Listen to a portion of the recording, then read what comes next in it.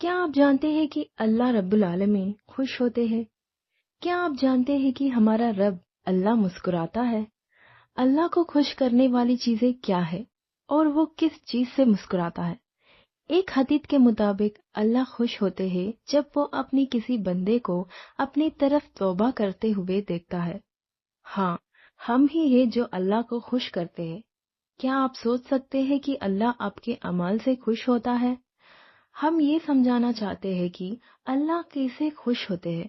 ہم آپ کو ایک انسان کے بارے میں بتائیں گے جس کی وجہ سے اللہ بھی مسکرائے۔ چلو بتاتے ہیں وہ کہانی۔ ایک آدمی اونٹنی کے ساتھ سفر کر رہا تھا جس میں اس کی پانی اور خوراک تھی، سب کچھ جو اس کے پاس تھا۔ جب وہ ریگستان سے گزر رہا تھا، سفر کے دوران اس نے ایک درخت پہ دیکھا، اس کے چھاؤں میں آرام کرنا چاہا۔ وہ درخت کے پاس گیا، بیٹھ گیا اور کچھ دیر بعد سو گیا۔ جب وہ کچھ وقت بعد اٹھا تو اس نے دیکھا کہ اس کا اونٹنی غائب ہے۔ وہ پاگل ہو گیا، ادھر ادھر دیکھنے لگا اور یہاں وہاں بھاگنے لگا، جب تک جیسا کہ حدیث میں ہے اس کی امید ختم ہو گئی۔ اس نے سوچا کہ وہ مر جائے گا، اسی لیے وہ دوبارہ درخت کے پاس آیا، موت کا انتظار کرتا ہوا جب تک اس کا اونٹنی واپس نہیں آتا۔ جب وہ سوچ ہی رہا تھا تو وہ دوبارہ سو گیا، اور کچھ وقت بعد جب وہ اٹھا تو اس نے دیکھا کہ اس کا اونٹنی اس کے پاس ہے۔ آپ اندازہ لگا سکتے ہیں کہ وہ کتنا خوش تھا، کیونکہ وہ مرنے والا تھا اور اس کی امید ختم ہو گئی تھی۔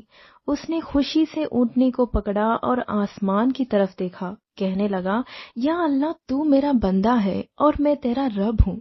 اس نے اپنی خوشی میں غلطی کی۔ اسے تو یہ کہنا چاہیے تھا، یا اللہ، تو میرا رب ہے اور میں تیرا بندہ ہوں۔ اس نے غلطی کی کیونکہ وہ خوشی سے بہک گیا تھا۔ یہ بات سنتے ہی اللہ بھی مسکرا گئے۔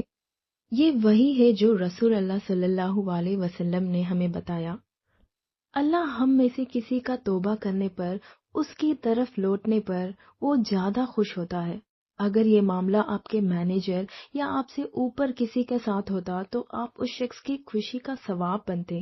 کیا آپ جانتے ہیں کہ آپ کے لیے وہ کتنا خوشی دن ہوگا؟ آپ سوچ سکتے ہیں کہ وہ آپ کو پروموٹ کرے گا، آپ کو انکریمنٹ دے گا یا آپ کو بہتر ڈپارٹمنٹ میں شفٹ کرے گا۔ اگر آپ واقعی میں اللہ کو خوش کرتے ہیں تو سوچئے کہ وہ آپ کے لیے کیا کر سکتا ہے۔ آپ نہیں سوچ سکتے کہ وہ آپ کے لیے کیا کر سکتے ہیں، کیونکہ اگر وہ خوش ہے تو آپ بھی ضرور خوش ہوں گے۔ اسی لیے میں یہ کہنا چاہوں گی کہ ہمیں اللہ کو خوش کرنے کی کوشش کرنی چاہیے۔ اللہ کو خوش کرنے کے لیے بس آپ کو یہ 3 چیزیں کرنی ہے۔